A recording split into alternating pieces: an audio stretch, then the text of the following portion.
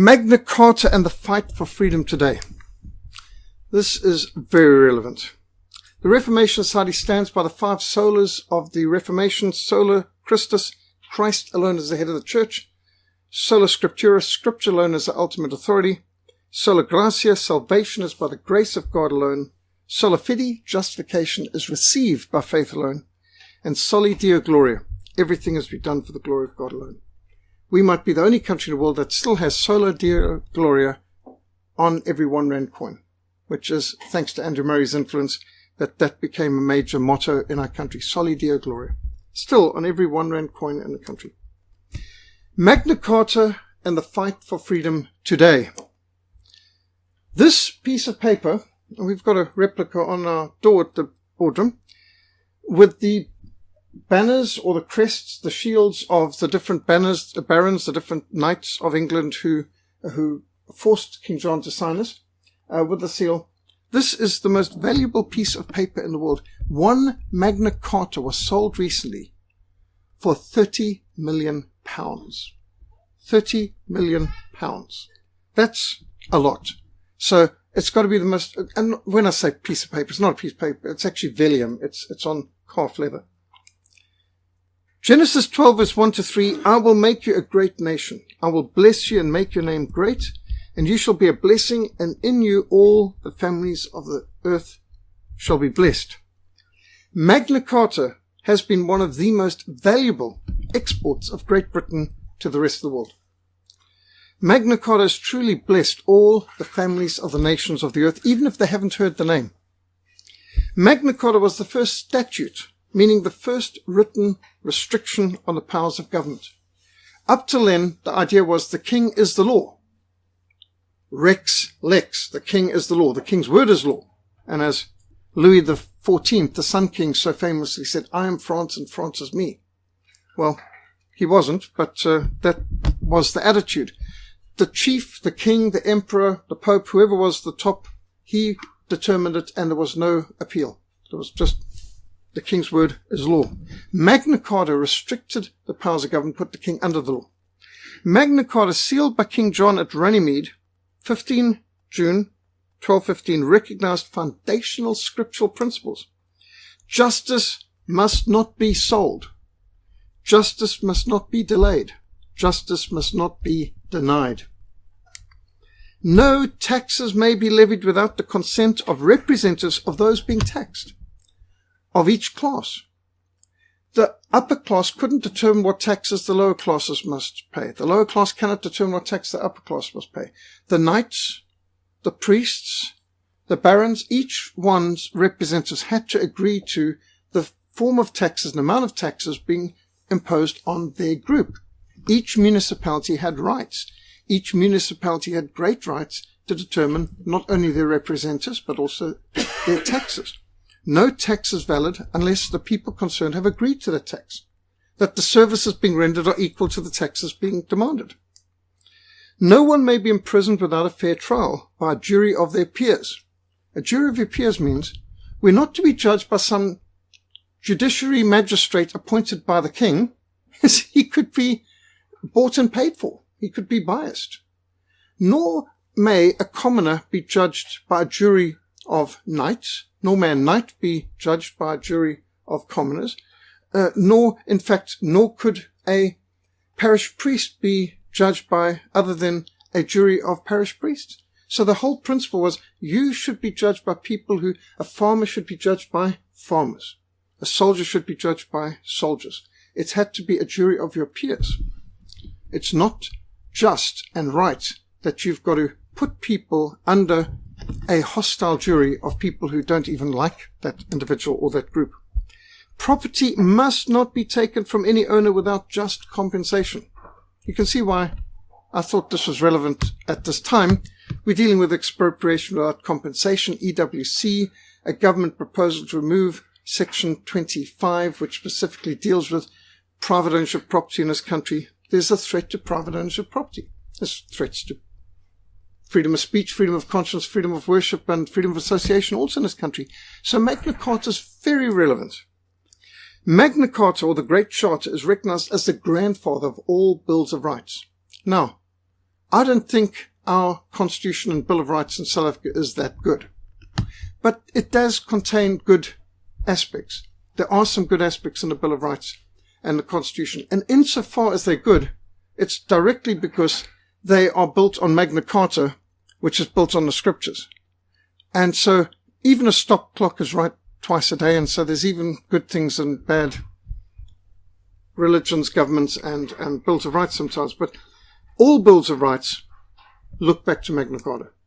Magna Carta was the inspiration for the glorious revolution of 1688. Now, the backdrop to that is the wicked Charles the First son, Charles the II, came back to England in the Restoration and was about as debauched a king as they've ever had. And his son, James II, was even worse, and he apostatized and went back to Catholicism, which the English had already said, we're not going to allow a English monarch to be a Catholic or to be married to a Catholic or to be engaged to a Catholic, as the case may be.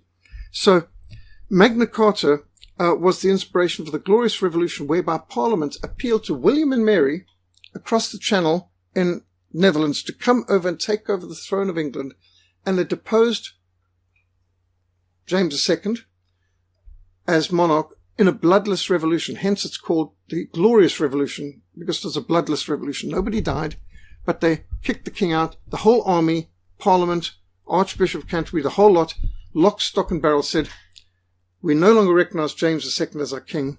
We appeal to the Protestant William and Mary to come over. Now, Mary was the last of the Stuarts. She was, in fact, a Stuart, but she was a Protestant Stuart married to a Huguenot king.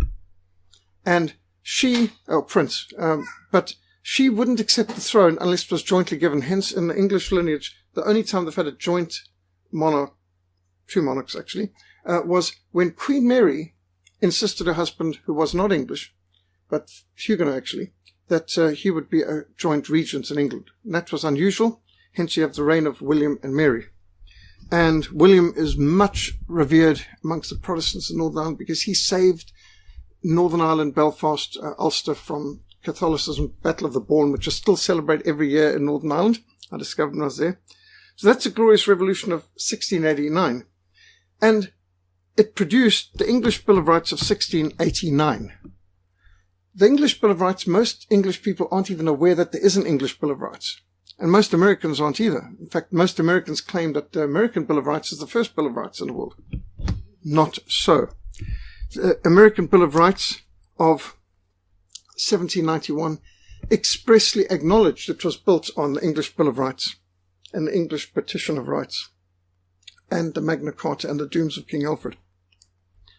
Lord Denning described Magna Carta as the greatest constitutional document of all times, the foundation of the freedom of the individual against the arbitrary authority of the despot.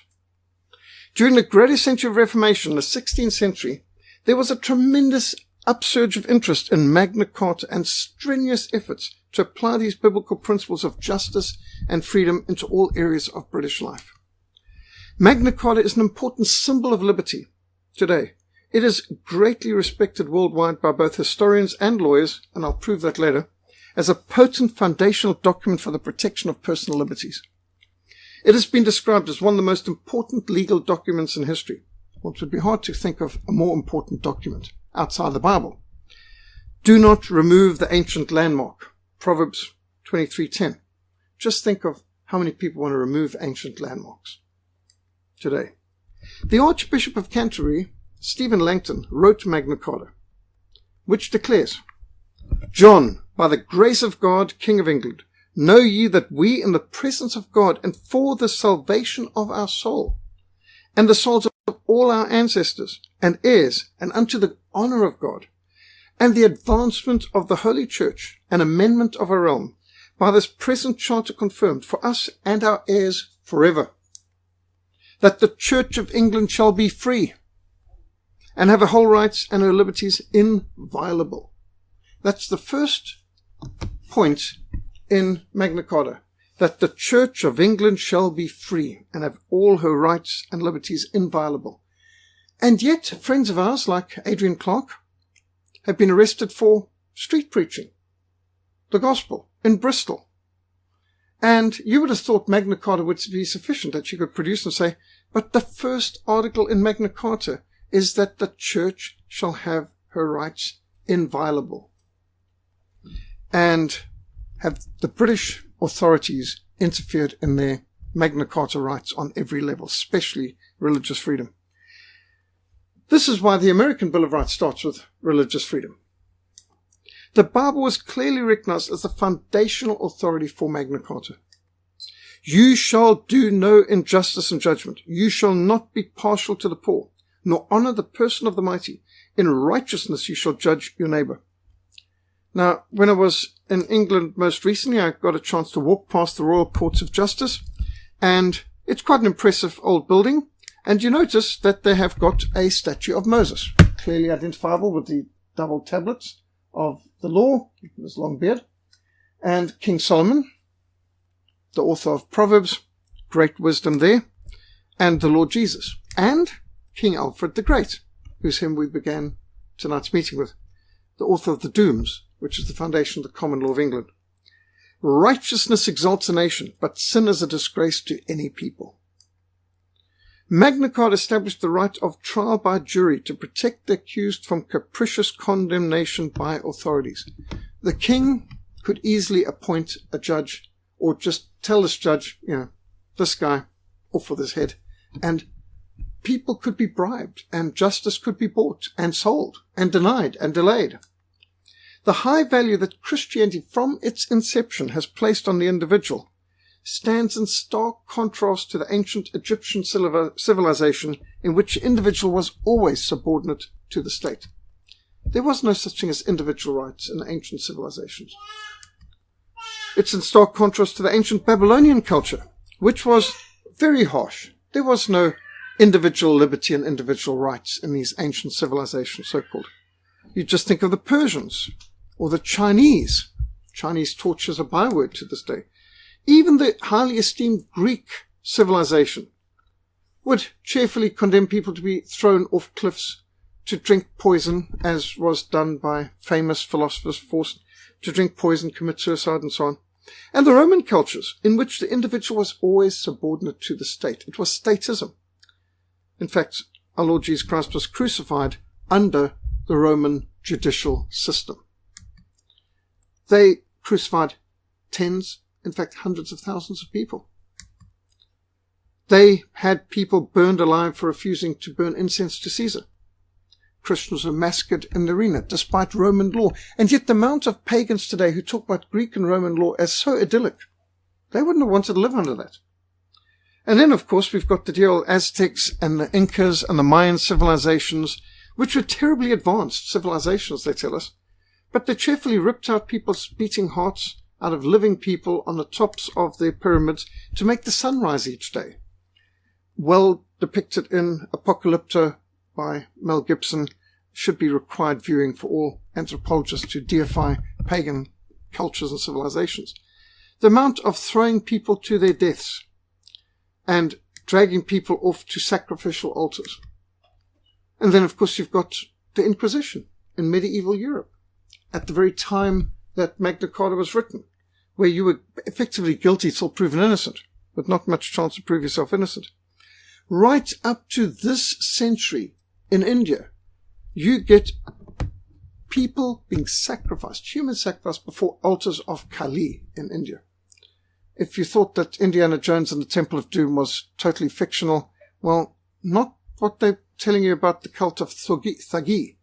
The Thuggi cult, sacrificing human beings to Kali, is real and even practiced today.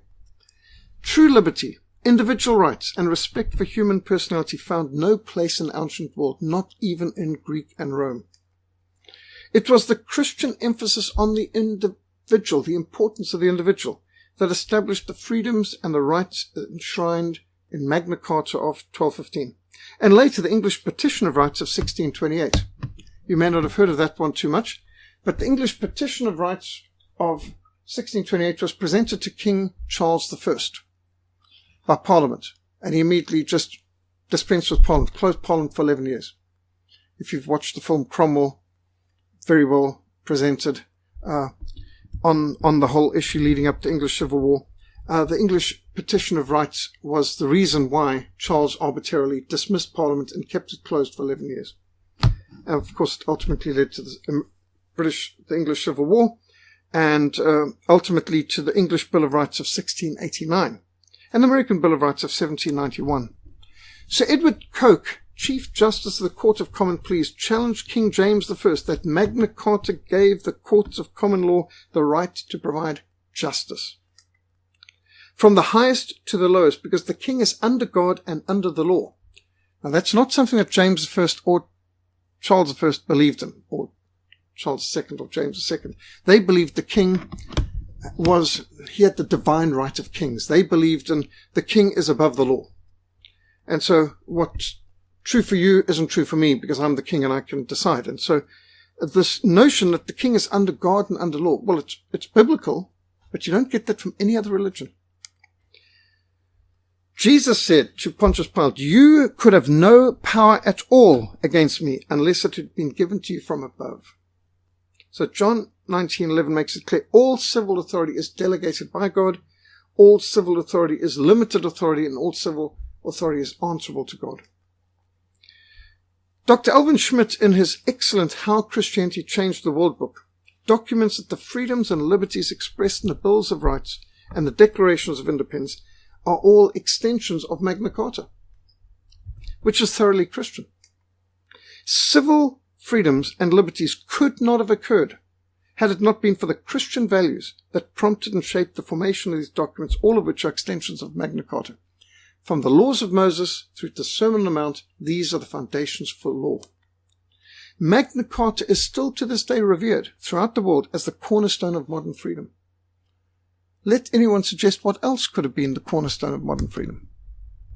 Sir Winston Churchill even noted in the history of the English-speaking peoples that the rights and liberties of the English speakers owes more to the vices of King John than to the virtues of any man. Now that's a backward way of saying something interesting. It means that the vices of this bad king, John, this petty, capricious, evil, cruel king, led to Magna Carta being forced on him.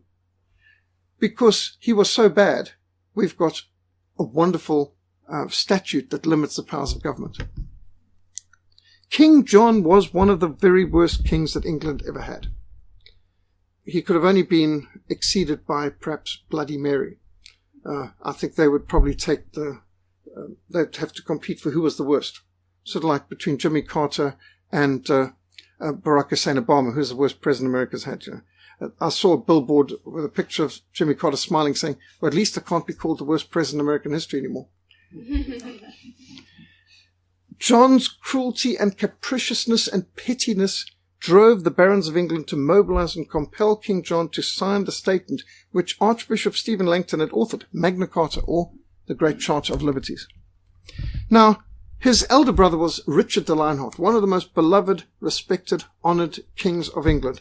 Richard the Lionheart spent only 4 months of his 11 years' reign in England. The rest of the time he was on crusades in the Holy Land, fighting people like Saladin. And even the enemies of Christianity, like the Muslims, respect Richard the Lionheart. A man who in his own lifetime could be called the Lion-Hearted. He was brave, bold. He would, with 200 knights, charge into a mass of 6,000 Muslims and beat them. He was an extraordinary person. His battle axe felled many a Muslim. Many of Saladin's men crushed beneath his sword and axe. And nobody would have asked King Richard the Lionheart to sign a charter limiting his powers, because they trusted him, they respected him, they honored him. He was a brave and bold man. But on the other hand, his wicked brother John usurped a lot of his brother's powers in his absence while he was in the Holy Land, and when Richard returned, he actually banished his wicked brother for all the evil things he's doing. And this has been a theme of many a Robin Hood film, which is founded in fact on this matter at least. So Richard is honoured throughout England, and outside the Palace of Westminster, or the House of Commons and the House of Lords combined, you only have 2 statues in the grounds, and that is Richard the Lionheart and Oliver Cromwell. Because Richard the Lionheart was really one of the greatest kings of England. In fact, it is his Crusader flag, the St. George's Cross, the red cross on white, which to this day is still a flag of England. Richard's personal Crusader flag became the flag of England, and this is just another reason why Muslim jihadists and politically correct rabble-rousing liberals want to get England to change its flag, and why they must never change a flag, because this is a thoroughly Christian flag. It should not be changed. It's a testimony, again, to Richard the Lionheart's pivotal place in England's history. So interesting that one of Britain's greatest kings, younger brother, was one of the worst kings. His sword, Richard's sword, was for justice, it was for Christianity, it was for advancing the kingdom and for defeating the forces of Islamic jihad. No wonder he is hated to this day.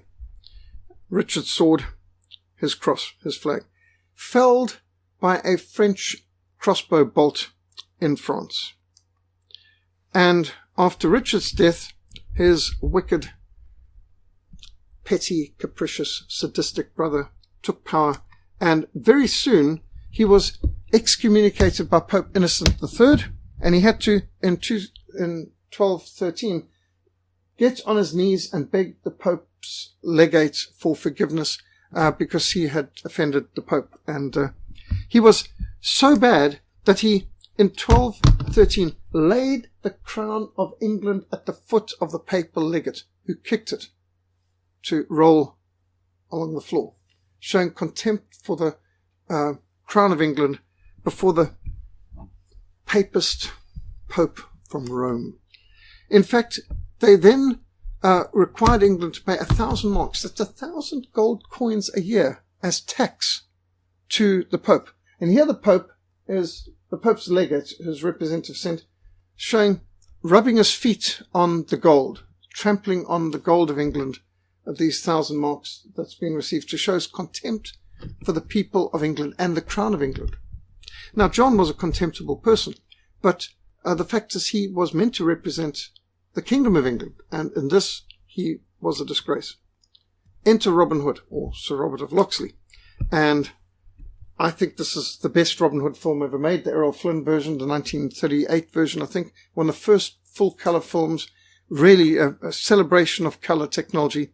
We've got it now in our library, and I must say, absolutely wonderful. That's at the best time. I wouldn't say of Hollywood, because this is a British-made production.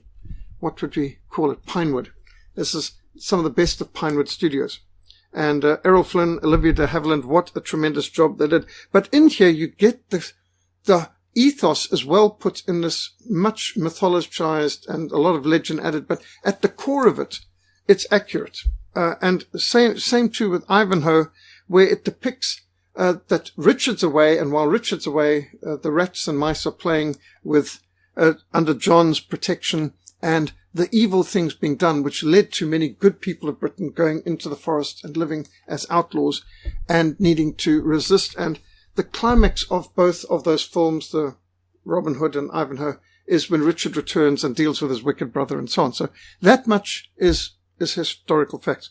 So the leading up to Magna Carta was the French invasion of Normandy in 1204. Normandy was British. The British controlled Normandy. Because remember, Richard and John came from the Normans, came from the Plantagenet line. And so here they had come in, they were the Norman invaders in 1066. They were the new people ruling England, but the Normans were the Norsemen, the Vikings, who had taken over that part of France. To this day, it's called Brittany and Normandy, because Britain and the Norsemen who had conquered England in 1066 controlled a good half of France. And John lost all of it. All of it was gone, except for Calais, which Bloody Mary sold to pay her debts or something like that.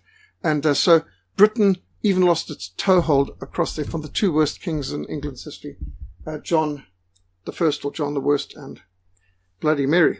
But still, so the French took all England's possessions bar Calais effectively under John's useless, worthless reign. And, then this led to Magna Carta, which led to the Army of God being formed. Now, the Army of God was the barons, formed the army of God. The bishops and the barons together came to force Magna Carta on John the Worst. And shortly after that, the French invaded England, thinking maybe they could take all of England. Didn't work. And King John died within just a year and a half of signing Magna Carta, of dysentery in the field at age 50. Magna Carta was pivotal because here you had the barons gathering together to force the English king to agree to a whole chart of liberties, which had actually been agreed to by Henry I at his coronation. And so they brought that up, and then they made it his coronation promises. They decided to put into an official document binding on the king and his heirs forever. And this was basically forcing them at Staines. Now, Staines, Runnymede is between Staines and Windsor. And the English king was on the run, and the barons took London with great ease. There was no resistance. And they pursued him as he was running to his castle at Windsor. And halfway to Windsor, past Staines, between Staines and Windsor, on the River Thames, they cornered him and forced him to sign this. They made him an offer he couldn't refuse.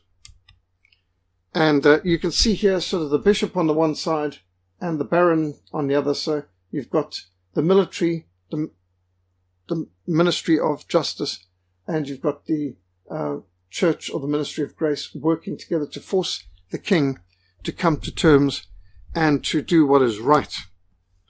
And there's quite a few interesting tapestries and paintings that depict this. You certainly get the spirit here where his heart's not quite in it, but he doesn't have much choice. And you can see again the church and the military effectively working together. Justice, the sword of justice, and the keys of grace working together, which is the way it should be. And King John looks pretty haggard over here. Doesn't look like he's only 49 at this point. And this is one of the examples. So the original Magna Carta was all in Latin. We've got an example in the hallway, and on the door here, and it was one long line. The numbers were put in later. Well, it didn't take long for this wicked John to actually violate his promise. One of the promises was that he would not. He's done this with full, without reserve, and that he would not attempt to annul it or anything like this. And immediately went and tried to annul it, and to get the Pope to annul it too. Interestingly, the wicked Pope, who had excommunicated him just 2 years before, Innocent III, he was happy to annul Magna Carta. Not that the Pope had jurisdiction anyway. And for his oath-breaking, perjury, and other deceptions and cruelties, when John was fleeing the barons, shortly after that, he lost all his possessions and the crown jewels and everything else in the wash in a flooded river, crossing it. And it's interesting that shortly after this, Professor John Wycliffe, the greatest professor of the greatest university in the world at that time, Oxford, championed the independence of England from papal control and supported King Edward III's refusal to pay tax to the Pope, which John had initiated in 1213. And it was only one step away from denying the political supremacy of the Pope of England to questioning a spiritual supremacy over the Church. And the royal favour that Wycliffe earned from this confrontation protected him late in life, because, of course, Richard was most grateful, and so was his wife, Anne of Bohemia, who became Queen Anne of England. It's Professor Wycliffe who mobilized the Lollards, the lay preachers, to travel throughout the land to preach the Bible, to read the scriptures, to preach in the marketplace, and to sing scriptures in English, which doesn't sound radical to us, but that was super radical at the time, because up till then the only language you could use for spiritual matters was Latin, according to the Catholic Church. So the sealing of Magna Carta, 15 June 1215, was a splendid victory for all English-speaking people. It marked an end to the arbitrary power of any ruler to throw a man into prison without granting him opportunity to prove his innocence. Magna Carta decrees that a man arrested must be tried in court, and if it cannot be proved that he has done wrong, he must be set free. He's innocent until proven guilty, beyond a shadow of a doubt. He who justifies the wicked and he who condemns the just, both of them alike, are an abomination to the Lord. No taxation is legal if it is not authorized by the people being taxed. Weights and measures must be standardized. You can't have people in one part of the country voting tax on people in another part of the country, and so on. You can't have one community deciding what another community's got to pay. That's not just. You shall do no injustice in judgment, in measurement of length, weight, or volume. You shall have honest scales, honest weights, an honest effort, and an honest hin. I am the Lord your God. Leviticus 19:35-36. For I, the Lord, love justice. I hate robbery and iniquity. Isaiah 61, verse 8. A great council of nobles and bishops was to advise and guide the king in governing the country. There's another requirement of Magna Carta. This great council soon developed into English Parliament. It comes from the French to parler, or to discuss, to talk. And this is the model and the mother of all parliaments. What we call the House of Commons, the British call the Palace of Westminster. The Palace of Westminster, built in the Victorian era in its present form, and it contains the House of Commons on the one side and the House of Lords on the other side. The House of Commons has green upholstery, the House of Lords has red upholstery. And this is the parliament that inspired even our parliaments in Cape Town.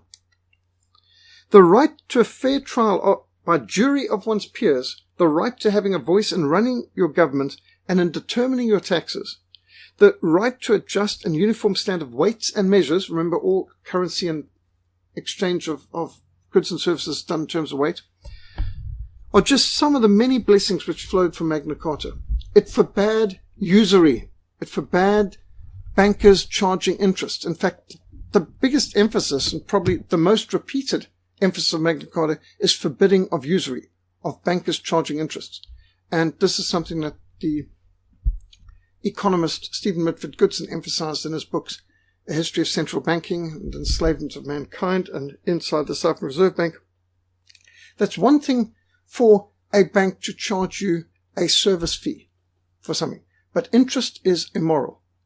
So, for example, if somebody wants to buy one of our books, there's a certain price. If they want to buy 10 of the books, they might get a discount. If they want to buy 100 books, there's more discount. With the banks, it works differently. The more you bank, the more they charge you.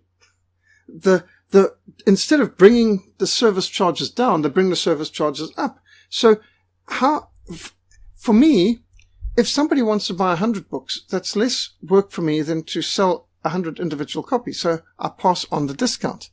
That's the way we think in book ministry. But if a person wants to bank more money, he's got to pay more to the bank. And less money pays less. And so the whole way of usury is absolutely criminal. Do you think when you've got interest rates for a house, for example, and you're paying 11% per annum, you're paying for years and years and years and decades, and you're still only paying off the interest, and you haven't even got to paying off the actual loan that you made. Usury is forbidden in the Bible. According to Stephen Mitford Goodson, there's 62 passages in the Bible that forbid usury. And there's a lot of passages in Magna Carta that forbids usury and forbids interest rates and all the rest of it as being iniquitous, unbiblical, theft, robbery. And it's an interesting thing, also pointed out by Stephen Mitford Goodson, that as a result of Magna Carta's emphasis on not having interest rates and usury and banishing the bankers who did this, they were able to build colossal, magnificent cathedrals, because the average worker in Europe was only working about 140 days a year, and they had about 220 days holiday a year. And so because of this tremendous amount of freedom and liberty, because they had no interest rates and they had no bank charges, no usury and loans, they were able to build the cathedrals, which are monuments to a time when Europe did not have usury. And interesting point. Amos 5. Hate evil, love good, establish justice in the gate, let justice run down like water and righteousness like a mighty stream. The Church in England played a central role in drafting Magna Carta, initiating the negotiations between the barons and the king, and at least 11 other bishops were present at the signing of Magna Carta, along with its author, the Archbishop Stephen Langton. Now you see the bishop on the one side, the baron on the other, in this monument to Magna Carta. The bishop with his Bible, the baron with his sword and shield. And that's actually a very good monument to depict, again, the balance between the ministry of justice and the ministry of grace, working together under God to force the king to rule in accordance with just biblical principles. Now the Lord is the Spirit, and where the Spirit of the Lord is, there is liberty.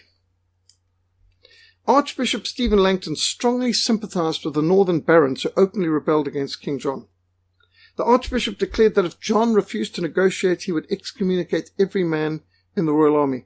Magna Carta, by the way, also enshrines the right and duty of the barons, the military of the country, to rise up and to, in the doctrine of the lesser magistrate, and to seize power from the king if he usurps his authority, which is the very legal basis on which Oliver Cromwell and the forces, the armies of Parliament in the English Civil War fought against King Charles and put him on trial for high treason, because Magna Carta gave them the right and the duty to do so in the event of gross injustice and all negotiations breaking down.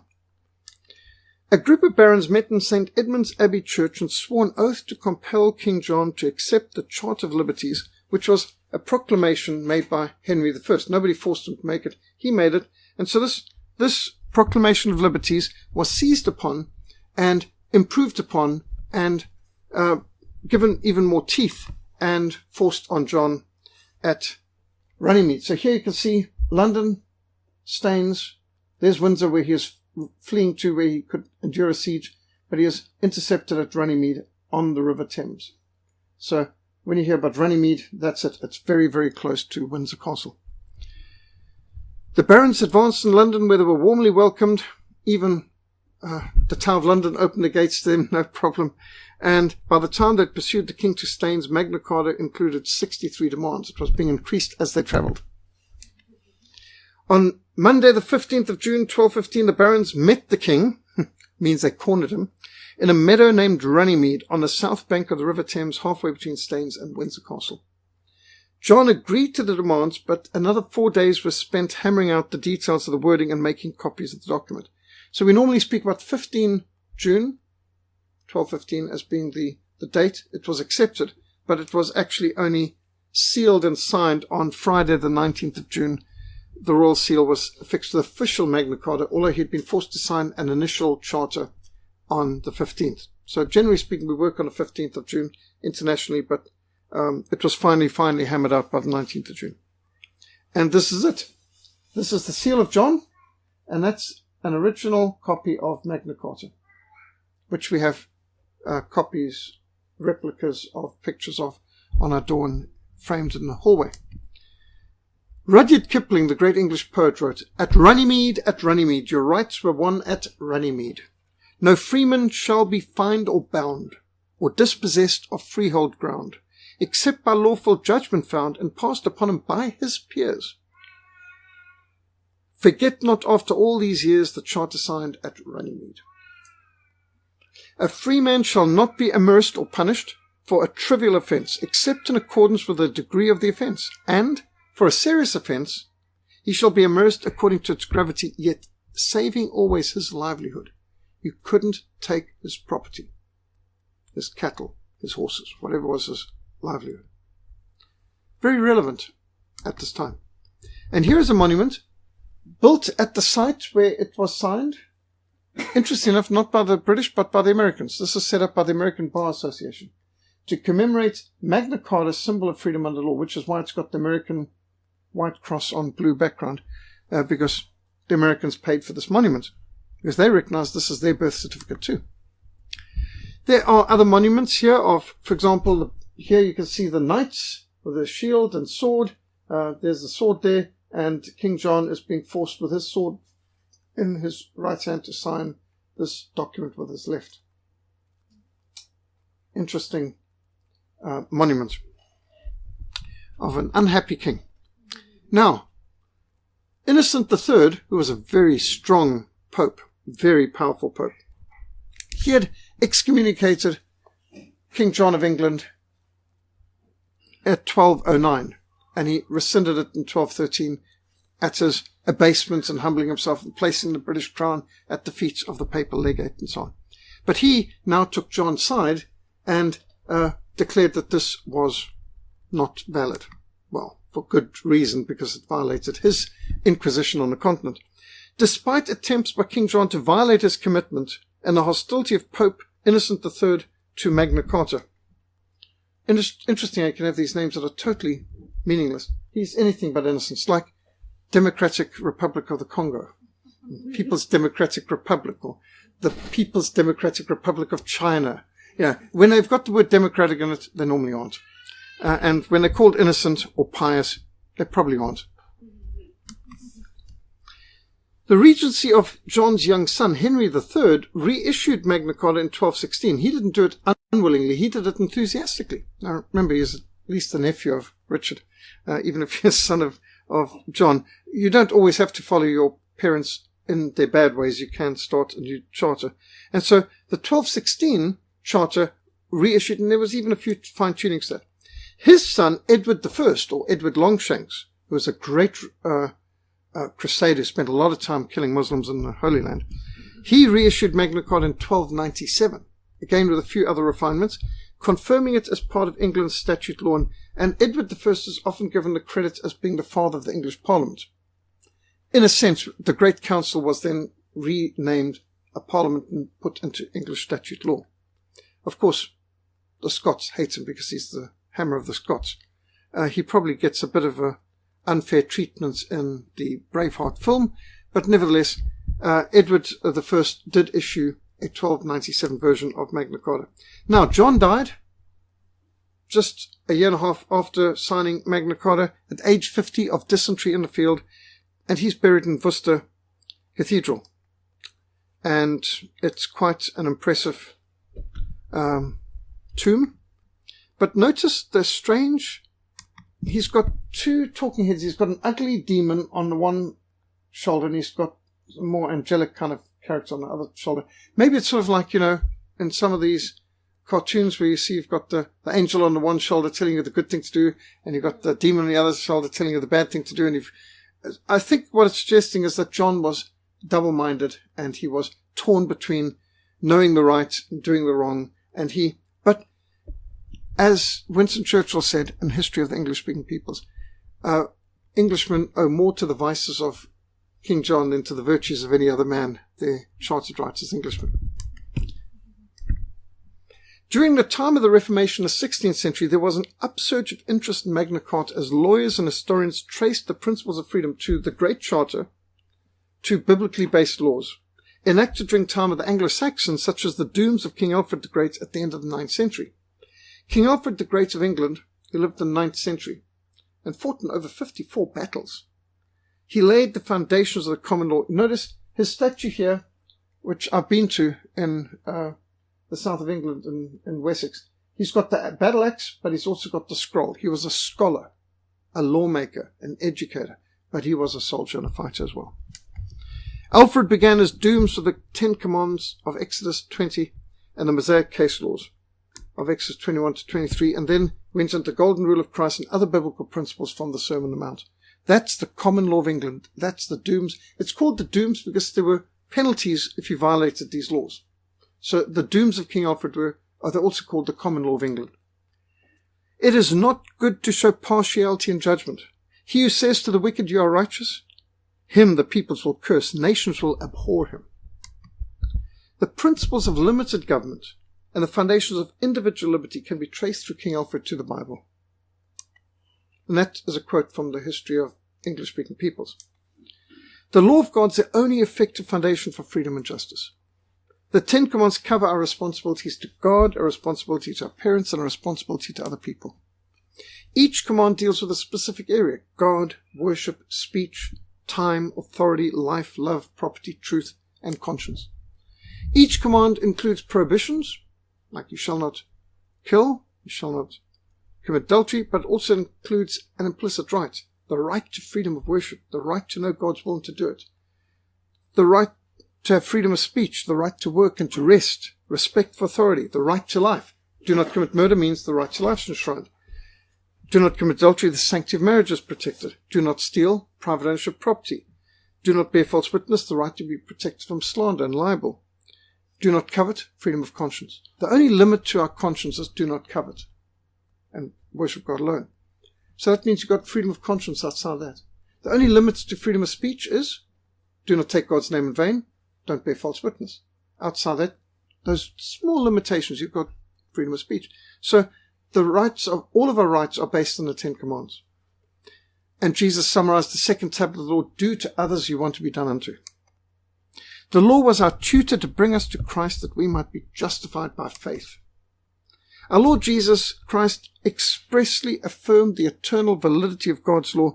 Do not think that I came to destroy the law of the prophets. I did not come to destroy, but to fulfill. For assuredly I say to you, till heaven and earth pass away, not one jot, not one tittle will by any means pass from the law until all is fulfilled, not the least stroke of a pen. Whoever therefore breaks one of the least of these commandments, and teaches men so, shall be called least in the kingdom of heaven. But whoever does and teaches them, he shall be called great in the kingdom of heaven. For I say to you that unless your righteousness exceeds the righteousness of the scribes and Pharisees, you will by no means enter the kingdom of heaven. So then Matthew 5, could the Lord make it any stronger that the law of God applies? Because the law reflects the character of God. It was written by God's own finger on tablets of stone. And the new covenant, Jeremiah says, is written on our hearts. So how much clearer could the Lord make it that his law applies? Jesus said, if anyone loves me, he will obey my teaching. The Great Commission is to teach obedience to all things the Lord has commanded. The Ten Commandments are summed up in the words of Christ, the greatest command, you shall love the Lord your God with all your heart, with all your soul, with all your mind, and with all your strength. And you shall love your neighbor as yourself. The law of the Lord is perfect, converting the soul. The statutes of the Lord are trustworthy, making wise the simple. The precepts of the Lord are right, giving joy to the heart. The commands of the Lord are radiant, giving light to the eyes. Only the fear of God can produce lasting justice and righteousness in individuals, families, churches, and nations. Here you've got this beautiful painting in the Swiss Palace of Justice. Justice lifts the nations. And Lady Justice is symbolized holding the balance, the scales of justice, weighing the evidence, with a sword pointed down to an open holy Bible. And the elders of the city look to her for wisdom and justice, while the sheriff stands by with his double-handed sword, while the people argue out their cases before him. And so justice lifts the nations. I so prefer the Swiss picture of justice to the American picture. The American Lady Justice is always blindfolded. In Europe, all the statues of Lady Justice I've seen pictures, there's no blindfold. Americans seem to think a blindfolded Lady Justice makes sense, but I don't want someone blindfolded wielding a sword. And there's always the scales of justice and the sword. In America, the sword's often pointed upwards. But I like this. The sword's pointed downwards to an open Bible. This is the basis of all justice and righteousness. Only to the degree that people fear God and obey his commands can society function for the good and the freedom of all its citizens. Adherence to God's law would result in respect for God, respect for people, respect for property. As a society where you can love your neighbor instead of fearing your neighbor. For the nation or kingdom that will not serve you will perish. It will be utterly ruined. Blessed is the nation whose God is the Lord. Now both James I and his son Charles I attempted to suppress the discussion of Magna Carta, and this led to the English Civil War of the 1640s and the execution of Charles for high treason in 1649. A terrible way to emphasize the principle that even the king is under the law. And how much clearer it could be. The first time in history the king had been executed after due process of law. Kings had been assassinated before, murdered, but never before did a king go through due process of law, being accused of high treason and executed. Very harsh, but it did prove the point of lex rex. The law is king, not rex lex. Now they've inverted the Latin from rex lex to lex rex. The law is king. If you go to Oliver Cromwell's, here's a monument to Oliver Cromwell, an unusual person you would think, in the Reformation Wall at Geneva. It's of course got Calvin, Farel, Beza, Knox, as you'd expect. They're the Ministry of Justice. But here you've got a ministry of grace. Here you've got the Minister of Justice, Oliver Cromwell, a military man, parliamentarian who seized control of England and was part of the court that condemned the king to death. On the wall, which says, you notice, post tenebras lux, after darkness, light. You'll see that even on the wall up at Franschhoek at the Huguenot Monument. It's the motto of Geneva.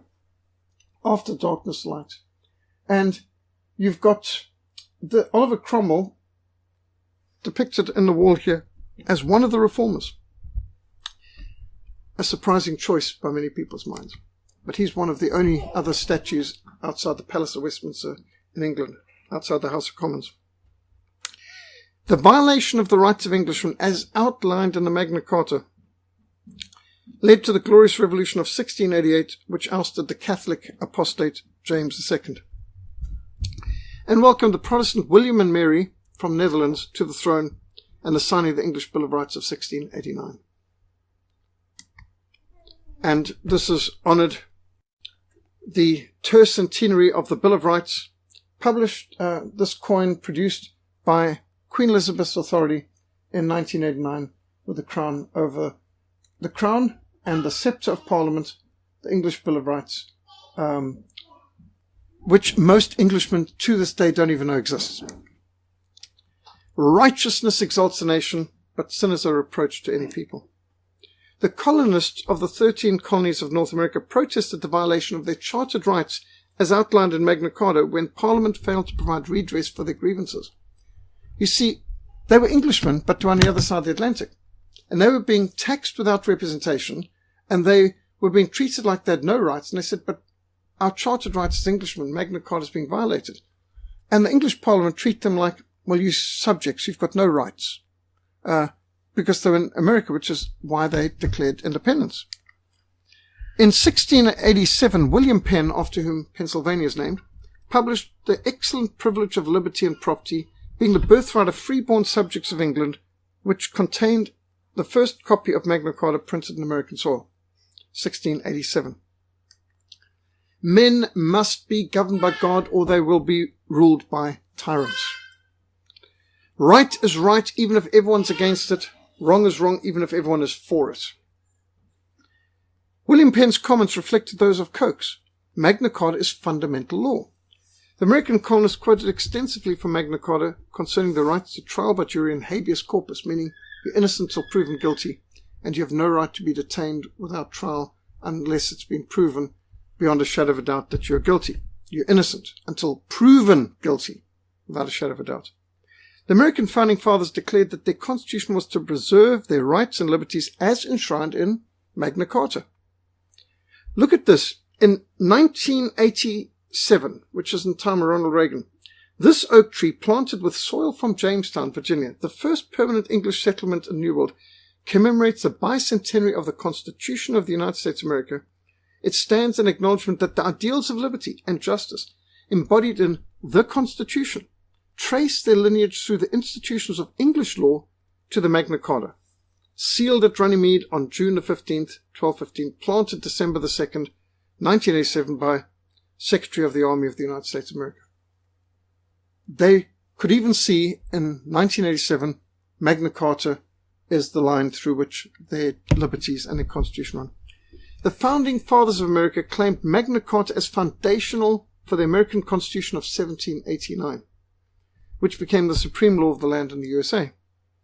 No state shall make or enforce any law which shall abridge the privileges or immunities of citizens of the United States, nor shall any state deprive any person of life, liberty, or property without due process of law, nor deny any person within its jurisdiction the equal protection of the laws.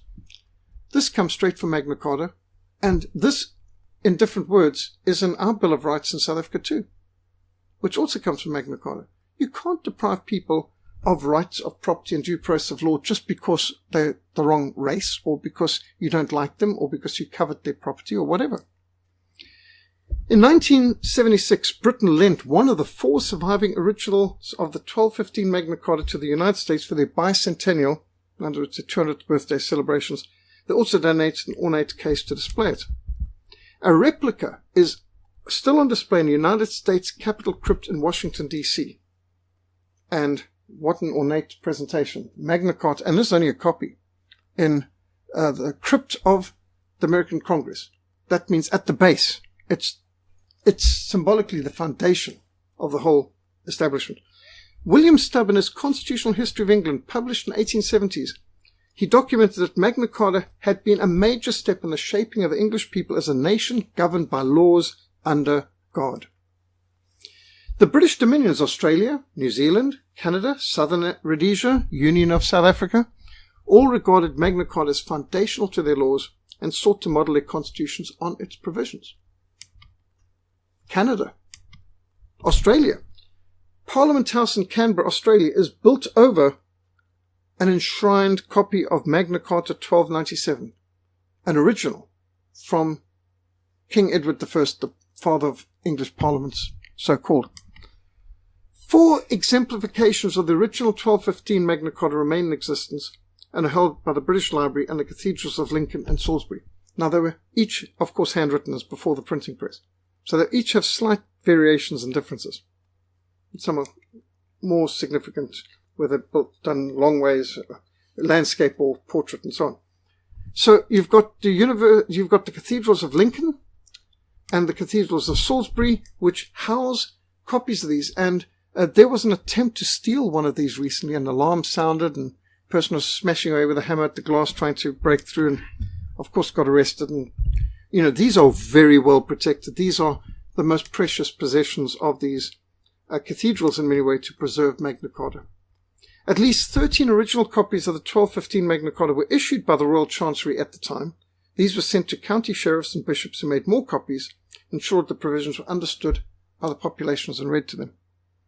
You may only handle these with gloves and so on these days, you may imagine. The original charters were written on vellum sheets, which means calf leather, using quill pens and abbreviated Latin. Each was sealed with a royal great seal using beeswax and resin, most of which, of course, have not survived. I mean, the beeswax and resin hasn't survived. The vellum has. The 63 numbered clauses of Magna Carta were introduced by Sir William Blackstone in 1759 as the original charters formed a single, long, unbroken text. William Blackstone said, "So great, moreover, is the regard of the law for private property, that it will not authorize the least violation of it, no, not even for the general good of the whole community." Private ownership of property is the foundation of civilization. No enactment of man can be considered law unless it conforms to the law of God. This has been repeated in so many cases by legal experts. No law is valid unless it's founded in God's law. God's law is the foundation. Now, God's law was meant to be the foundation for Magna Carta, and insofar as Magna Carta reflects God's law, it is fundamental, inviolable, gold standard law. And here you can see the history and defense of Magna Carta with one of the swords that was there at Runnymede. Of course, the wooden handle has rotted many years ago, but again, just showing the sword and the word goes together. The 4 original 1215 charters are on joint display in the British Library in 2015 to mark the 800th anniversary of Magna Carta. That must have been absolutely nerve-wracking for security. Transported and received under great pomp and ceremony and phenomenal security. All 4 originals in one place, can you imagine? Lincoln Cathedral's original copy of the 1215 Magna Carta was being displayed at the World Fair in New York when the Second World War broke out, and they spent the rest of the war years in Fort Knox, the most secure facility America had. Prime Minister Winston Churchill attempted to gift this charter to the American government, hoping this could encourage the USA, then neutral, to enter the war on Britain's side. But Lincoln Cathedral protested and refused to hand over the rights to such a precious heritage. It doesn't belong to the British government. It doesn't belong to the British Prime Minister. It belongs to Lincoln Cathedral. You have no right to give anyone else our property. I mean, this is basically what Magna Carta stands for. Anyway, Winston Churchill didn't seem to have grasped this basic fundamental point of private ownership of property. It wasn't his property to give. Only one exemplification of Henry's 1216 charter survived, and it's held in Durham Cathedral. Durham Cathedral is a magnificent fortress. I visited here, and let me tell you, this is This was the scene of the Prince Bishop.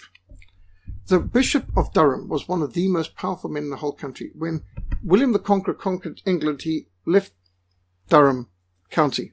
And sort of like, how are you doing? He did not bother to mobilize against the armies of the Prince Bishop, which was more than the Vikings could handle at that stage. And so Durham remained very, very independent. And for many years, even today, the Bishop of Durham's got phenomenal amount of independence.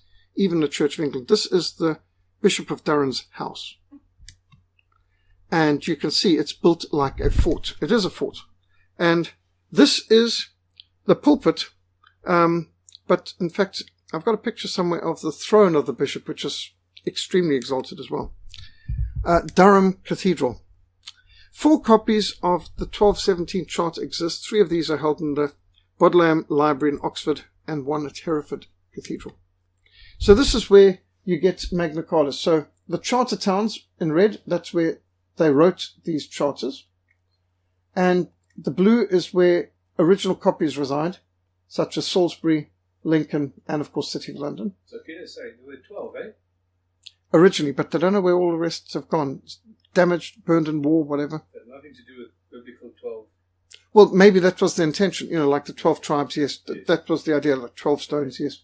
That was the goal. So now, a green, later version is in Canberra. A copy is in Washington, D.C. So the Canberra, of course, being Australia's parliament. So the Australian government has a 1297 charter, original, signed and sealed by Edward I, Edward Longshanks, father of English Parliament, on display in the Members' Hall of Parliament House, Canberra. Now just look at how this whole place is built. What is under the dead centre there? Magna Carta. The entire Australian Parliament is built over and around Magna Carta. It is the foundation, the ethical, legal, moral foundation of Australia. And where is that pointing down to? This. Magna Carta is at the dead centre, the epicenter, the foundation of the Australian Parliament. This is a 1297 original. And it was brought out, of course, in 1215, the Australian government all bowing to it and championing it and so on. But this is the thing that's so amazing. They don't live by it, but they all revere and respect it. It was like in 2011, all over England and the world, people were championing 400 years of King James Bible. But did they obey it? Do they read it? Do they preach it? Nevertheless, it's important that they're acknowledging it, and we can hold them to account in this. The National Archives in Washington, D.C. has a copy of the 1297 Charter as well. So in 215, all over the world, the English-speaking world, there was Magna Carta Day. And you saw phenomenal exhibits in Britain. I mean, the British know how to organize celebrations. And all the law books based on Magna Carta. And of course, a lot of books were written on this. The British government produced postage stamps with different points of Magna Carta, that excessive bail ought not to be required, nor cruel and unusual punishments inflicted. From the English Bill of Rights, 1609, copying from Magna Carta, 1215. No person shall be deprived of life, liberty, or property without due process of law. American Bill of Rights, 1791. Magna Carta, 1215, Foundation of Liberty. They produced coins of Magna Carta. Queen Elizabeth XI to 215. This was minted for Ascension Island, no less, with Magna Carta depicted here with all the symbol of freedom under law. Symbol of freedom under law. Magna Carta, 800 years, 1215, 2015. Again, the seal of John with the law. Here's a coin. 1215. Again, you can see the Great Charter, Magna Carta. They produced them in silver and gold. Royal Mint. Obviously, they recognize Magna Carta as the gold standard. This is real fundamental law. Whitechapel produced the Magna Carta Bell, 1215 to 2015. For the children, they produced the Magna Carta Chronicle, a young person's guide to 800 years in a fight for freedom.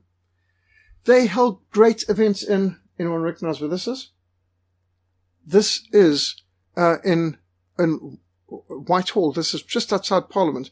It was in this hall. This is Westminster, where the Westminster Confessions, the Westminster Standards, the Westminster Catechism was produced. This is where they tried Charles I and condemned him to death. So they used this as a venue to discuss and celebrate the significance of Magna Carta. Displays all over the world, from Australia to Canada. Studies, promotion, and people coming and revering it. But again, how many of them even know what Magna Carta says and condemns, and do they vote according to it? This is by Runnymede. This is what they organized. Now, by the way, the actual monument to Runnymede runs off to the side, I think to the left here. But they started off, everyone from, you can Google and hear the speeches of Brian Cameron and all those characters. Who is it? Prime Minister Cameron? David Cameron, that's correct. So here you've got the American flag and the British flag. Interesting, at this American monument, noticed? Erected by the American Bar Association. And so the Americans have had their own special events there. The Queen of England went there, received with great enthusiasm. And here's the Coldstream Guards, the Queen's own guards, and all the royals turning up there. And you had symbols of, I don't know what the Americans were doing dressed up in the Knights Templar, what the Knights Templar had to do with it, but anyway, they were there too. And you had the military, you had everyone from politicians to legal people to royals. The Duke of Cambridge commissioned this plaque to commemorate the 800 celebrations. Australians were there, Canadians were there, the Royal Air Force was doing a flyover, all this at Runnymede. So it's not like the world doesn't recognize this is important. They just would rather you remain ignorant about what it actually says. It's not surprising that Pope Innocent III reacted with hostility to Magna Carta and attempted to annul it, because the Catholic Inquisition was established in the continent with corpus juris, effectively guilty till proven innocent. While the Church in England was establishing habeas corpus and trial by jury where innocent till proven guilty beyond a shadow of a doubt. 2 Chronicles 19:2 says, "Should you help the wicked and love those who hate the Lord? Therefore the wrath of the Lord is upon you." For those who think Magna Carta is only a matter of distant interest for historians, Britain's membership of the European Union threatened to undermine our chartered rights as Englishmen. EU is deliberately trying to rebuild Babel. They deliberately try to build in Strasbourg their Parliament building here in the form of Babel, even with the incomplete building and with scaffolding as part of it, as depicted in the Brussels painting by Bruegel. The EU is trying to recreate Babel. They even say many tongues, one voice. That's one of their slogans. Brussels is attempting to create a unified European criminal code which would abolish trial by jury and habeas corpus and other safeguards entrenched in Magna Carta.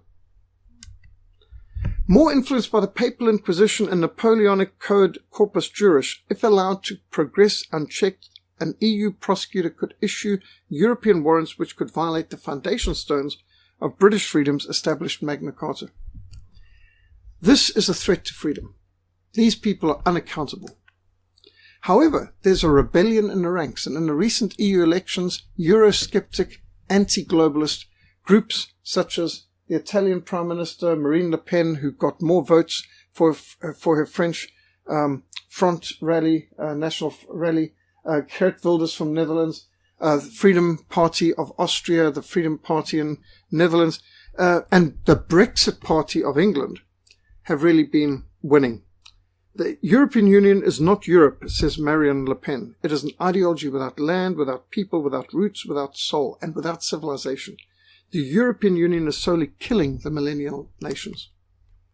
And Brexit in England has surprised the world, that even with all the political parties and the government being against it, even with all the media being against it and BBC's propaganda campaigns against Brexit, a majority of English voters chose Brexit. And the recent EU parliamentary elections, the Brexit Party got more votes than any other. In fact, the Brexit Party now, which only started 6 weeks before the EU elections, is now the largest party in the EU Parliament in all of Europe. A phenomenal vote against globalism and politics as usual. So the British line is not dead. It's still got a bit of roar. Most Christians do not seem to understand that we are in a war. It's a war of ideas and it's a war of loyalties. You either give your allegiance to God or to Satan, and the world is the battlefield. Unfortunately, many Christians have failed to renew their minds and don't understand how the humanist worldview conflicts with the biblical worldview. You see the distress that we're in, how Jerusalem lies in ruins, and its gates are burned with fire. Come, let us rebuild the walls of Jerusalem so that we might no longer be a reproach and disgrace. There is no fear of God before their eyes. Be very careful in how you live, not as unwise but as wise, making the most of every opportunity because the days are evil. Blessed is the man who fears the Lord and who finds great delight in his commands. Unless the Lord builds the house, they labor in vain who build it. Unless the Lord builds a city, the watchman stays awake in vain. Stand fast therefore in the liberty by which Christ has made us free, and do not be entangled again with the yoke of bondage. For you, brethren, have been called to liberty. Only do not use liberty as an opportunity for the flesh, but through love serve one another. So, Magna Carta, we've got magazines on the table which have got the text of the presentation tonight and some of the pictures available can help distribute. Recent threats to our freedoms, such as the hate speech bill, threat to free speech. We've got this article and links to audio and video on the web, or will have soon, and on a Reformation 500 page on Facebook we'll share this recently. These are some of my sources on Magna Carta. I wrote an article for the Covenant Nations also on Blessing the Nations about Magna Carta back in 2015. There are books on the Glorious Revolution, and of course we've tried to enshrine many of these principles in our biblical principles for Africa and 10 Commands books. So, any comments, questions? How many of these 60 points are still... 63 points. 63 points are actually recognized. I mean, basically about four. Four. Only about four. Things like private property, trial by jury and so on. But usury, obviously, they violated that a long time ago. And yet that's the main emphasis, is against usury. Yeah. So Britain doesn't actually have a constitution. It basically still runs on the theme of the Magna Carta. That is correct. In England, you should be able to, at any time, appeal to Magna Carta. And it's been the greatest legal authority in British history. Sir William Blackstone said, Magna Carta is fundamental law. It's foundational law. Any law not in accordance with Magna Carta is invalid. What we need is Christian lawyers who will be able to stand up and make these cases in court. Because, and some politicians who will stand on us too. But even in our country, we have got recognition of links to Magna Carta because our Bill of Rights is even meant to be based on it. So I think there's a good case. But if you're in Australia, Canada, or the EU, or Britain or America, they have built their parliaments over it. With America or Canberra. So I think our friends should do a lot more studying Magna Carta and pointing out how can you try and infringe on our freedom of speech, freedom of thought, freedom of worship, freedom of association, right to private property and all this. This is fundamental law. And I think a little bit more creativity on the side of our side, we could win quite a few arguments. So I want to ask about death penalty. Is it also included in that? Yes. But again, on the basis of a trial by jury, without a shadow of a doubt, nobody is to be deprived of life, liberty, life, capital punishment, liberty, that means being in prison, or property confiscations, without due process of law by a jury of their peers, proven beyond a shadow of a doubt. And so there's all kinds of protection. So it's taken for granted that you can be deprived of life in these cases, but it's got to be extremely grave, serious, and so on. So such as murder. As I said, to give a person death penalty for trivial offences. This is something also that the Charles Dickens books in the 1800s well depicted. Do you know that they had, at the beginning of the 19th century, 300 offences in Britain that you could get the death penalty for? And Charles Dickens was pointing out a lot of the injustices, which his books helped, especially Oliver Twist and so on, to bring to people's attention, and they reformed much of the law when they saw that. So, how can you be giving the death penalty for a person who effectively was a thief? Theft needs restitution. Execution should be reserved for murder, kidnapping, rape, capital offences. And Britain had wandered far from it, so you needed sometimes a literary person like Charles Dickens to bring the conscience of the country back. So how does Britain figure now? Is Britain still classed as a feudal state, a country? Does it have the right to bear arms? Obviously not. It does. Officially, according to the English Bill of Rights, the Dooms of King Alfred, the laws of Canute, Magna Carta, nobody may deprive any free man of keeping and bearing weapons. And the English Bill of Rights expressly even included firearms, which of course didn't exist in the days of Magna Carta, but they're just speaking about weapons, which would include your bow and arrow, your swords and daggers. So the English Bill of Rights made it clear. And in fact, the terms of the English Bill of Rights of 1689 is no Protestant shall be deprived of his right to keep and bear arms. Interesting that they didn't allow Catholics because they saw Catholics as seditious and wanting to overthrow. And they were dealing with terrorism even back then from the Irish Catholics. So they saw no problem with depriving Catholics of having a firearm and access to dynamite, but not Protestants. But still, the principle applies. And apparently, the man who started taking weapons away from the English people was Winston Churchill, as Home Secretary first, and later as Prime Minister. What was his reason? He didn't have a good reason, because he was taking away people's weapons during the Second World War, when you would have thought, if you're in danger of invasion, as he claimed, why would you want to disarm your people? So there's still no reason behind that? There's no logical legal reason. Entrenched in the British? No, but remember, Britain's got the foundation for the Second Amendment in Magna Carta. They can't deprive anyone of right. And the English Bill of Rights is express about the right to firearms. So by taking away firearms from the English people, they're saying they're no longer free people. Because the very definition is no free man shall be deprived of the right to keep and bear arms. But I mean, after the shooting up in the Dunblane massacre? Yes. I mean, nobody can bear. They went berserk. It's very difficult to get a sidearm. It's gotten harder and harder. Yeah. And in Britain, if a farmer, say, uses a shotgun to defend his home from some home invader, he's the one who ends up in jail. Yeah. Which is, it's wicked. And Australia's gotten, if anything, worse. And New Zealand, they've gone berserk. They just banned every semi-automatic weapon. And there's an enormous amount of people who think that mosque attack in New Zealand was a false flag operation. Yeah, I certainly believe it was. I think there's a very strong possibility. Certainly a knee-jerk reaction that happened. There are American security people, there's British military intelligence people who've stated that almost all the terrorist attacks that take place in Britain and America are false flag operations organized by our own security forces. I don't know, but that's what's being said, and it certainly seems feasible to me.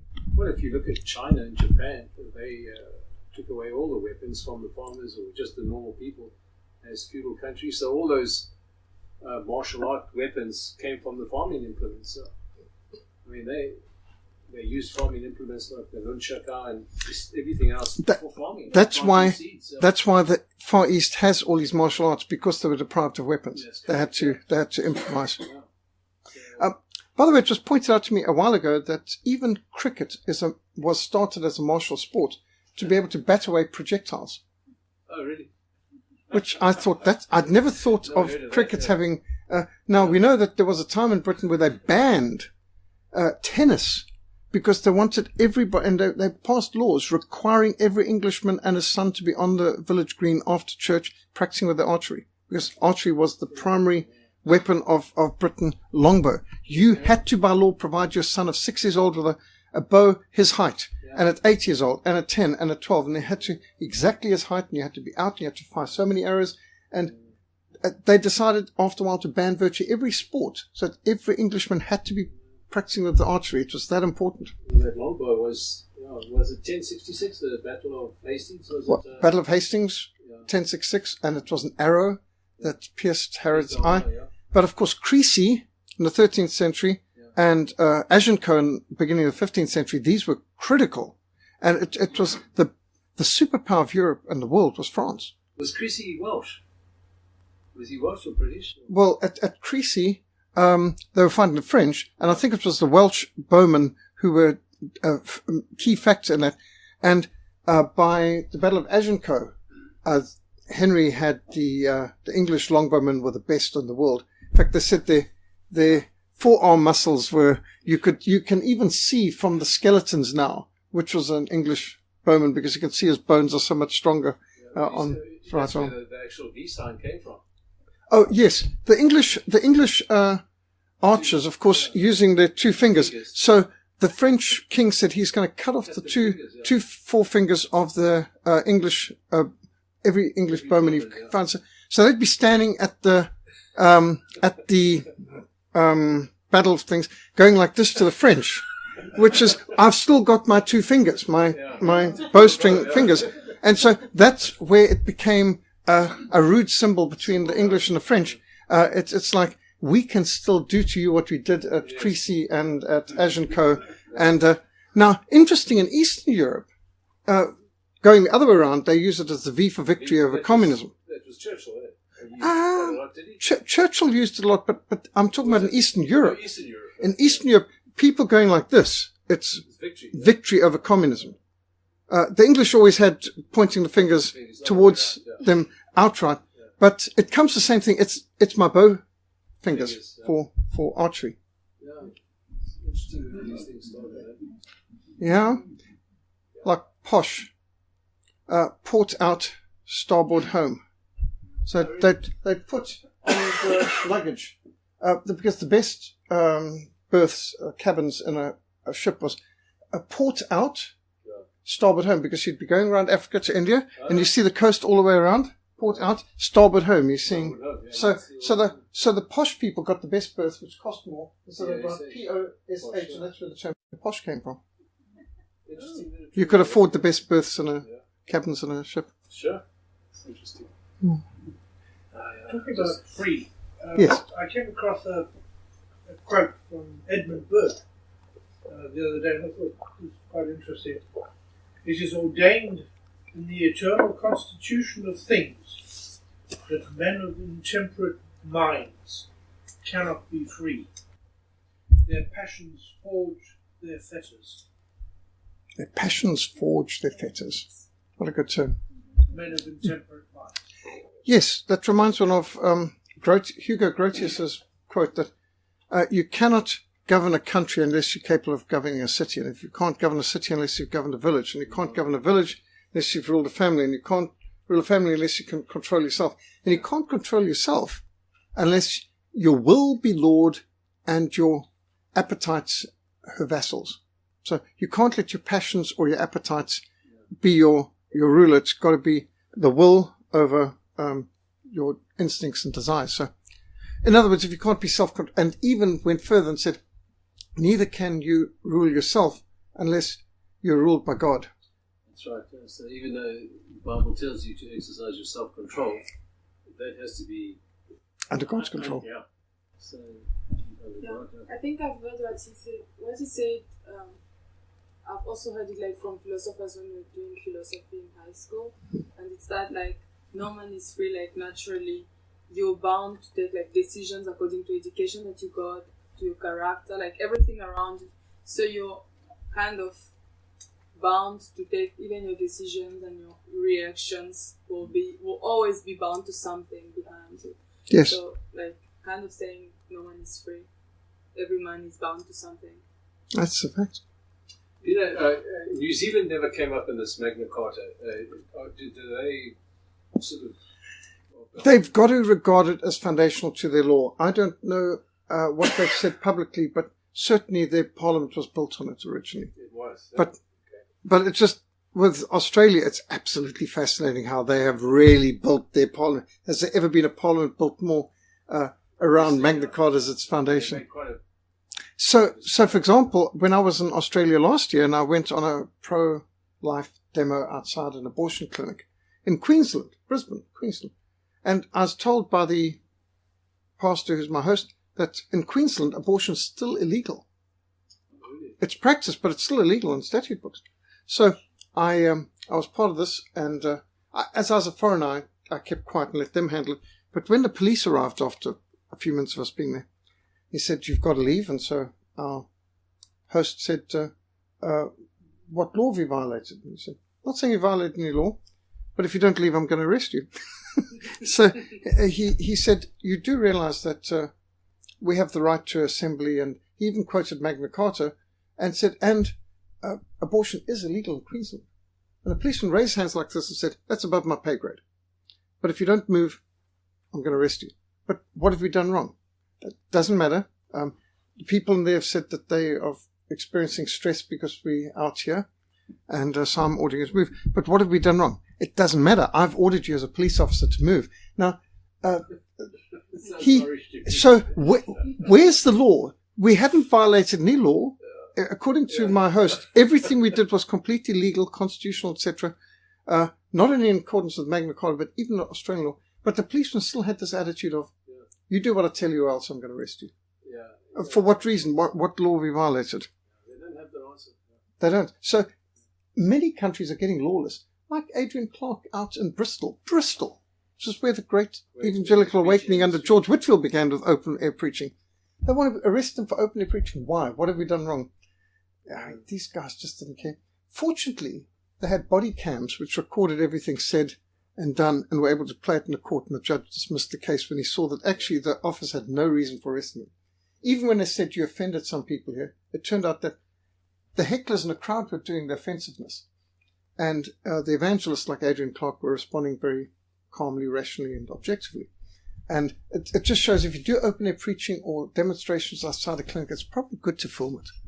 Because if you get nailed these days, it's their word against yours unless you've got a video recording. Sad that it's come to that. In a supposed Christian country. Yes. You're guilty till proven innocent. In Saudi Arabia, and telling them you're offending a couple of Christians across the road there. You'd be beheaded. Yeah. Yes, like they would care. Yeah. Any case. Well, this is a weapon. Well worth knowing your laws, and Magna Carta is not even that long. It's easy to access. Yeah. But I mean, in words. Literally fits it on one big page. Well, we've got it's an abbreviation on the door and a bigger one on the wall. No, this one's in Latin, and the English translation's framed in the hallway. You'll see we've got several things that I think are very significant. So on the door to the field office, we've also got the 95 Theses for Reformation. There's no original Magna Carta left, is it, that you know? The actual original one. Yes, those four that we spoke about. No, those are copies, eh?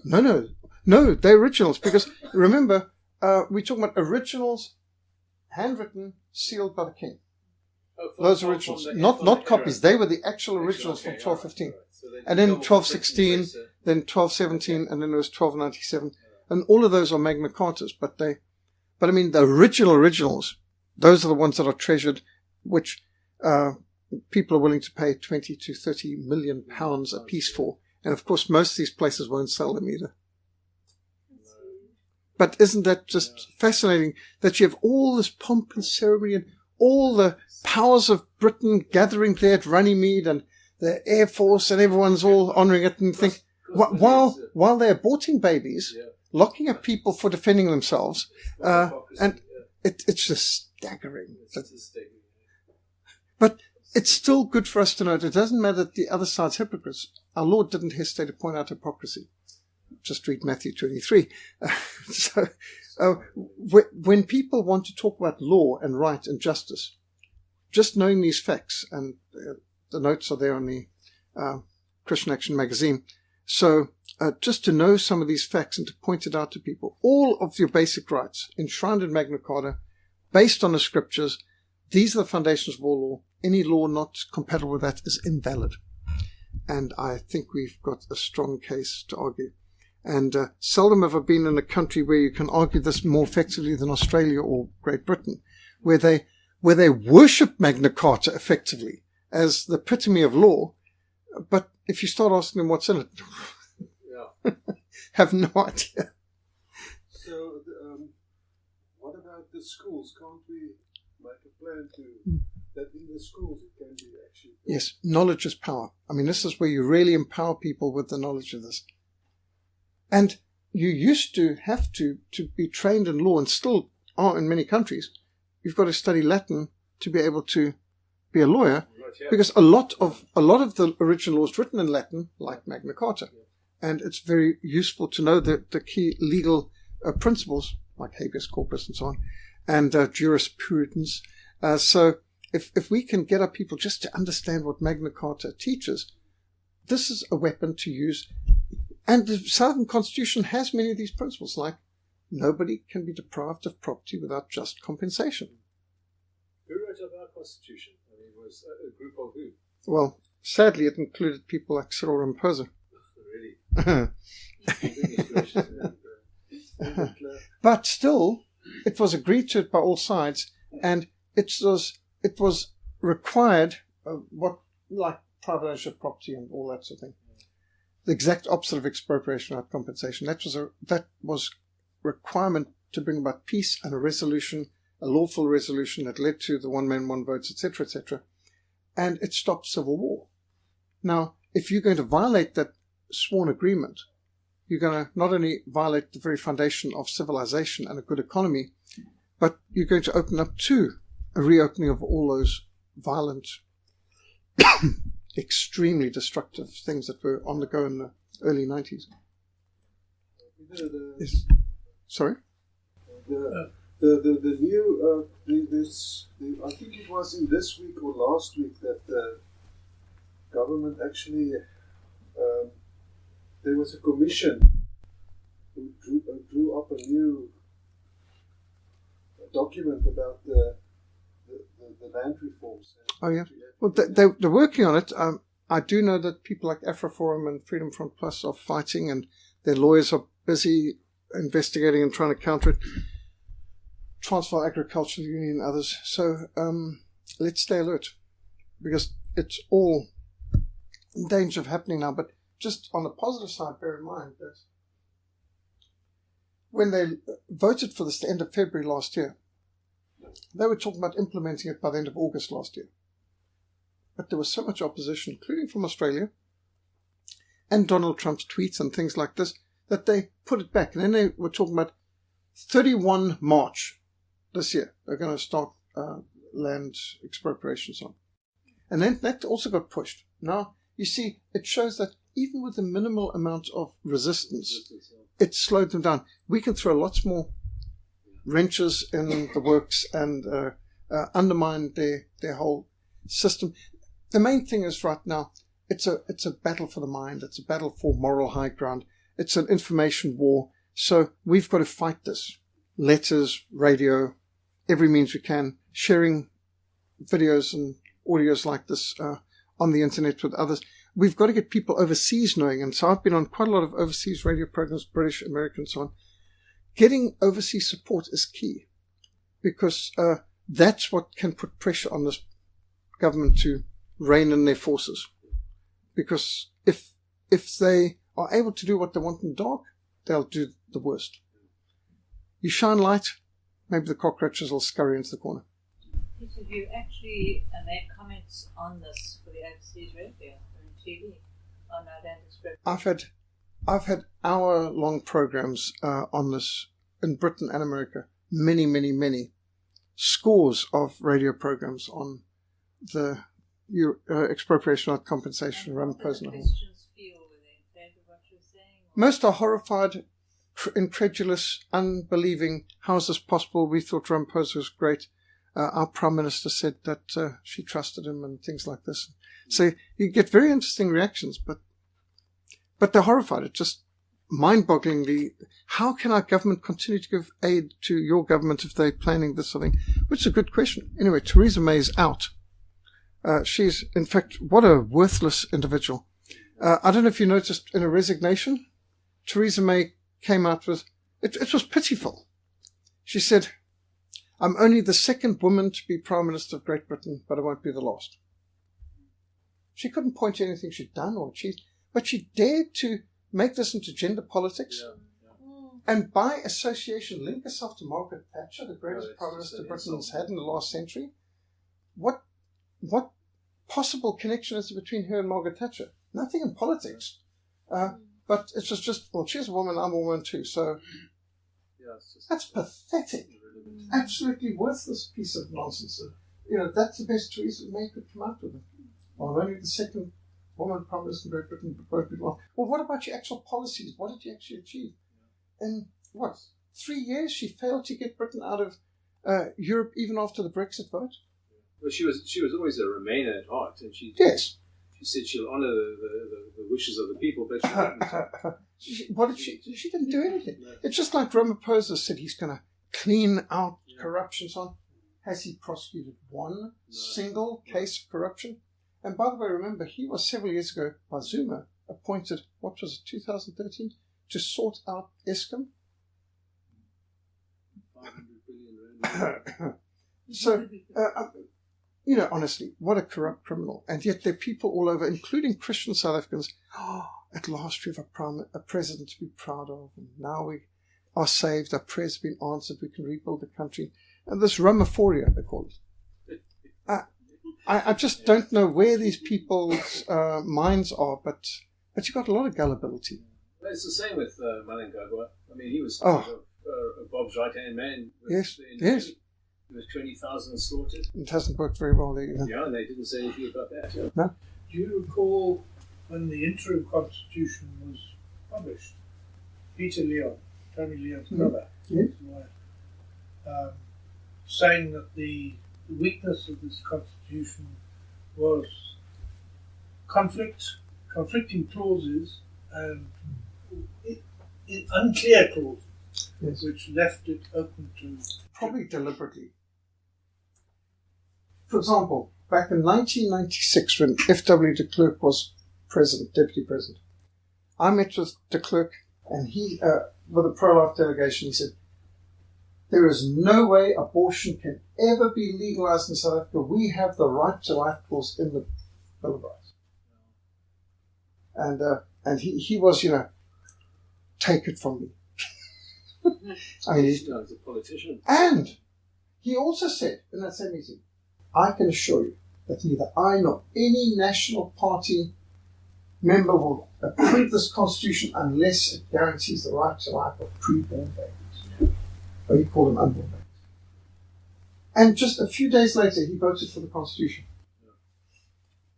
Isn't that amazing? De Klerk is in Afrikaans a volksverraaier. Volksverraaier. A people traitor. Traitor the people. Yep. Absolute. He sold away the farm. We were the superpower of Africa. We had all the power. We could have negotiated any deal we wanted, and we had the power to enforce it. Could have given the Cape Independence, all sorts of things given. I mean, all sorts of options available to him. No, he had to choose a centralized kind of government situation. Could have had a totally decentralized. We could have a Swiss confederation system. There was many options open to with us. The cantons, you mean? Yeah. We had the power to bring about an agreement, and we could have done it. But no, he deliberately what do you undermined. Think? Was he under some sort of... He was bought.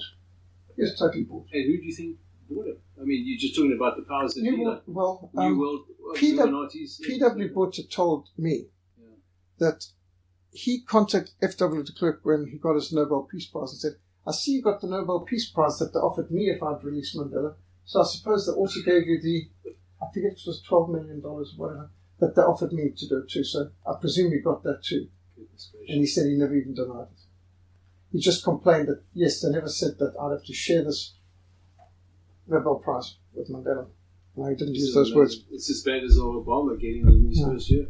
Well, how do you like the Nobel Peace Prize? It's meant to be something that the Norwegians give out.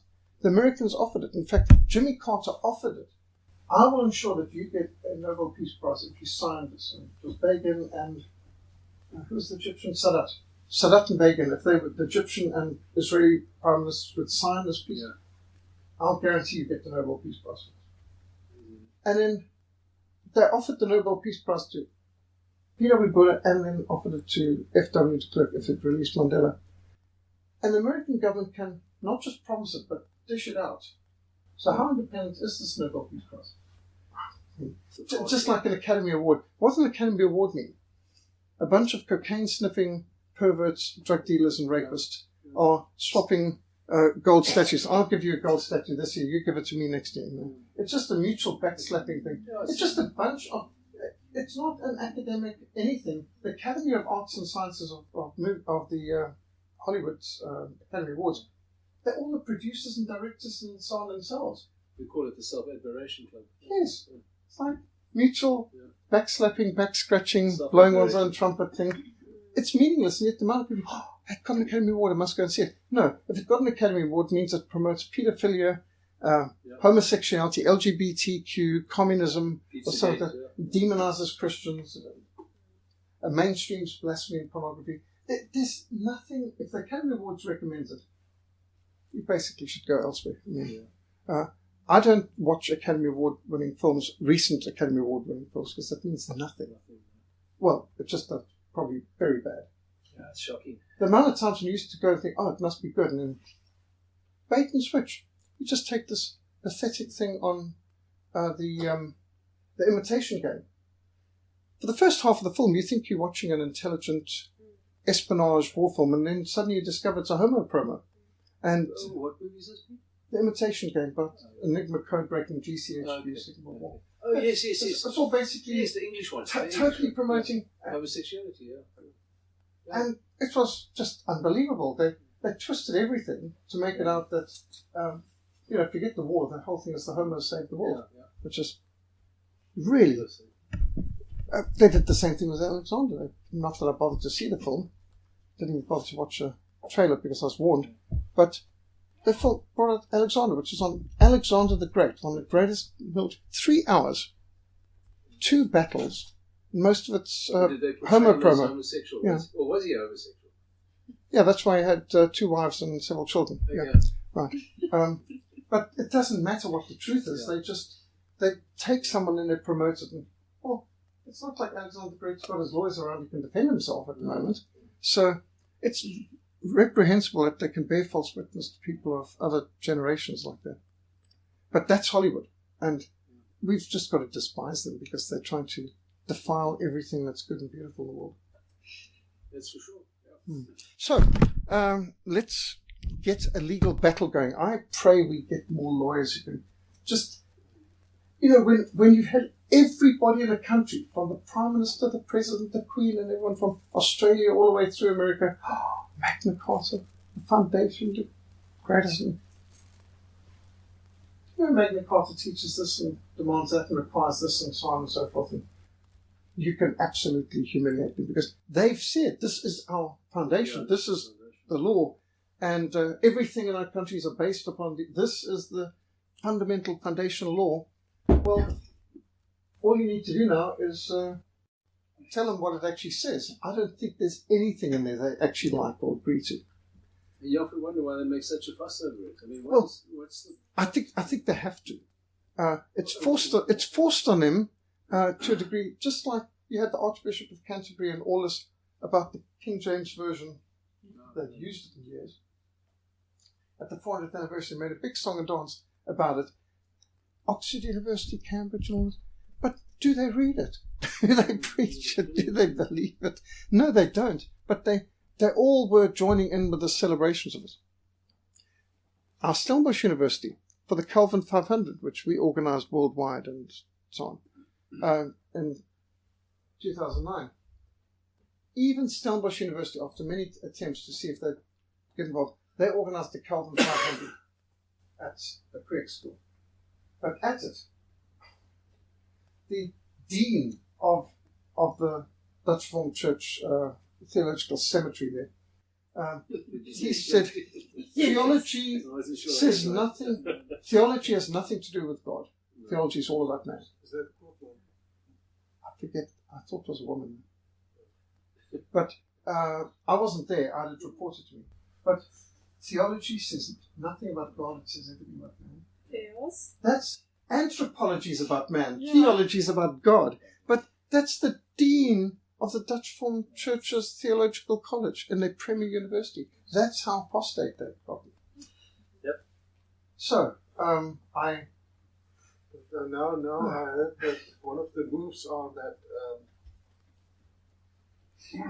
Moroleta wants to move now out of the NQ. well, who can blame them? But again, you see, they had to, because they were Calvinist college in name, they had to give lip service to Calvin as the foundation and Calvin his 500th anniversary and so on.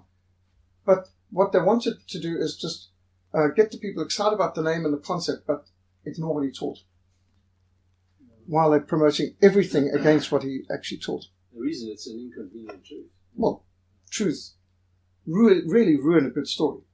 Absolutely. It's like Magna Carta. It really, all the lawyers have to bow to it, but at the moment you start quoting it, they're coughing and suffering heart failures and all the rest of it because they can't handle it. I mean, this is an obnoxious truth to many of them. But that's the thing, we've got a charade out there. They're pretending they're based on law, and they talk about international law and all of this sort of thing. But they don't even respect basic law, like 10 Commandments.